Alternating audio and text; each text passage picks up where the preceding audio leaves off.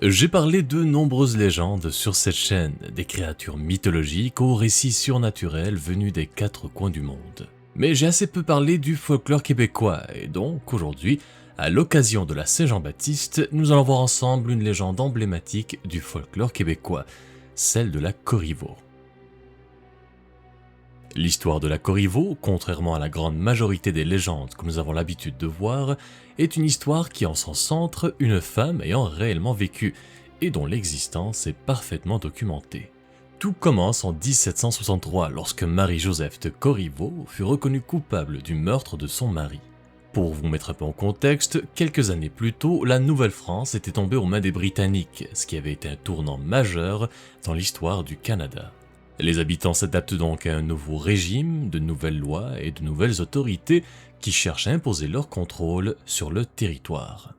C'est dans ce contexte de transition qu'une étrange affaire éclate dans le petit village de Saint-Vallier, près de Québec.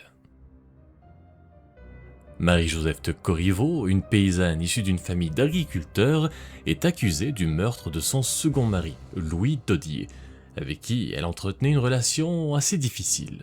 Selon les témoignages de l'époque, le matin du 27 janvier 1763, l'homme aurait été retrouvé mort dans son étable, le crâne fracassé. Au départ, plusieurs croient à une mort accidentelle, pensant peut-être que les chevaux étaient responsables de sa mort.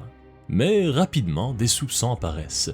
Le défunt entretenait, selon les dires, de très mauvaises relations non seulement avec son épouse, mais également avec son beau-père. Les autorités ouvrent donc une enquête pour déterminer les circonstances du décès et, suite à plusieurs témoignages, Joseph Corriveau et sa fille sont arrêtés. Ce sera près de 3 mois plus tard, le 29 mars 1763, que débute le procès de la famille Corriveau au couvent des Ursulines à Québec. Suite à plusieurs audiences, le procès se conclut le 9 avril par la condamnation à mort de Joseph Corriveau, reconnu coupable du meurtre de son gendre. Mais au lieu de se terminer là, l'histoire prend une tournure inattendue lorsque ce dernier avoue au révérend père qu'il n'était que le complice de sa fille. Les Britanniques décident alors de poursuivre l'enquête et Marie-Joseph reconnaît avoir tué son époux de ses propres mains, en lui assénant 2 coups de hachette sur la tête pendant son sommeil. Après un nouveau procès militaire britannique, elle est reconnue coupable et condamnée à une peine particulièrement sévère, très sévère. Le 18 avril 1763, Marie-Joseph de Corriveau est pendue. Mais ce n'est pas ce qui va marquer les esprits. Peu de temps après son exécution, les autorités enferment le corps de la condamnée dans une cage de fer spécialement conçue pour épouser la forme du corps humain. Une sorte de prison métallique suspendue dans les airs. Cette cage est ensuite exposée publiquement pendant 5 semaines à un carrefour fréquenté près de Québec, plus précisément à Pointe-Lévis. Et ce, pour que tous ceux qui passent devant puissent voir cette silhouette de métal contenant le corps de la condamnée, une sorte d'avertissement lugubre des autorités anglaises. Là où l'histoire se mélange au mythe, c'est lorsque les années passent. Au fil du temps, les récits se multiplient et on entend de plus en plus parler d'une sorcière ou bien d'une femme revenue d'entre les morts. Petit à petit, avec la tradition orale et les conteurs qui apportent chacun leur petite variante à l'histoire, la légende prend de l'ampleur et devient un phénomène populaire. On raconte que l'esprit de la Corriveau erre la nuit et qu'elle apparaît aux voyageurs solitaires pour les effrayer ou les entraîner vers leur perte. Certains affirment même entendre sa voix ou un râle lugubre qui résonne dans l'obscurité avant de voir apparaître devant eux une cage en métal rouillé contenant la dépouille de la Corriveau. Comme souvent dans le folklore, chaque génération transforme un peu l'histoire pour mieux l'adapter à son époque. Et c'est ainsi que Marie-Joseph de Corriveau cesse d'être une simple femme condamnée à mort et rejoint plutôt le vaste univers du surnaturel, des revenants et des sorcières.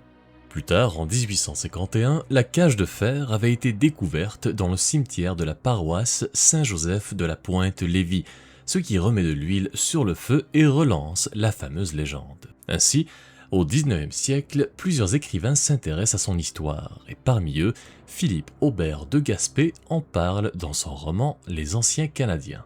Très vite, la Corriveau entre définitivement dans l'imaginaire collectif québécois pour de bon et devient l'une des figures les plus célèbres du folklore de la province. Ce qui rend cette histoire particulièrement intéressante et qui la distingue des autres légendes, c'est qu'elle repose sur des événements réels et qui ont véritablement eu lieu. La Corriveau a réellement existé, elle a réellement été exécutée, et la fameuse cage de fer a réellement existé. Mais avec le temps, la véritable personne s'est peu à peu effacée pour être remplacée par le mythe. Et c'est peut-être ce qui explique pourquoi son histoire nous fascine encore aujourd'hui. Parce qu'au fond, la Corriveau se trouve quelque part entre deux mondes, entre l'histoire et la légende. Bref, c'est ce qui conclut cette petite vidéo sur la Corriveau. Merci de l'avoir regardée et j'espère qu'elle vous a plu. J'en profite pour vous rappeler que mon livre 49 petites histoires est toujours disponible si vous souhaitez soutenir la chaîne et découvrir encore plus de récits fascinants. Sur ce, merci encore tout le monde, bonne Saint-Jean à tous ceux qui la célèbrent et à très bientôt pour une nouvelle histoire.